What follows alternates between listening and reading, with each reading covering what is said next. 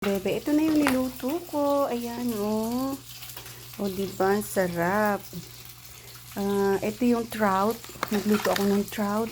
Tapos ay adobong pusi, adobong atay ng manok. At saka laing.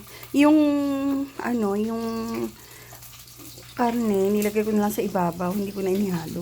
Tapos ito yung ano ba yan? Suam na sinigang na, ano bang tawag doon? Sinigang, tapos ay tinola.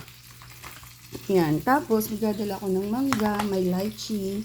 Tapos, mayroon naman akong pandesal dito. Yan o.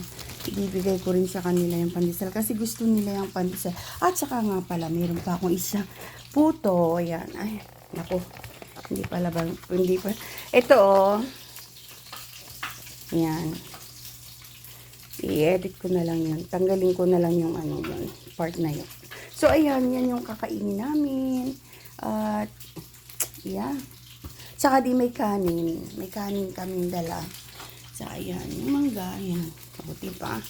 Ang sarap-sarap. Maraming salamat sa inyong lahat.